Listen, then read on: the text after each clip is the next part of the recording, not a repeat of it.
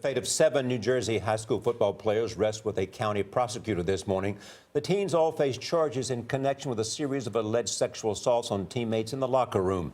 The suspects are between 15 and 17 years old, but could be tried as adults. CBS News legal analyst Rikki Klieman is here. Rikki, good morning. Good morning. Will they be tried as adults? I think they will.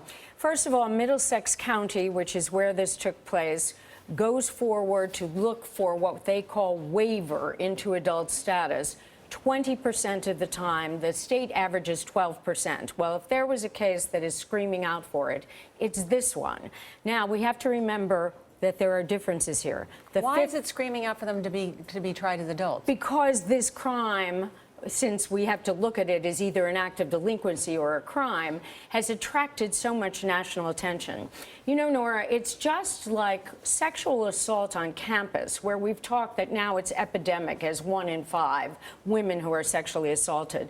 When you look at this case in this town, a football town, what we find here is likely going on in other places around the country at the college and university as well as high school levels. So this is the case, I would say, as a prosecutor, to set the example. Okay, what's the counter argument, though, about why they should be tried as juveniles? Well, easily the juveniles will say through their lawyers, look, I didn't know this was a crime. Yeah. This happened to me when I was a freshman. I didn't think I was doing anything bad. I was a victim of hazing, so I went forward the same way. The difficulty here is when you look at the facts of these cases, you have freshmen who are afraid to change in the locker room, pinned to the floor, and kicked by others while they're being sexually assaulted. This is not funny. So will others be charged, and some coaches or somebody that might have been in a supervisory position? I don't think we're getting to the supervisors or the coaches unless they were aiders and abettors, that is directly involved. However,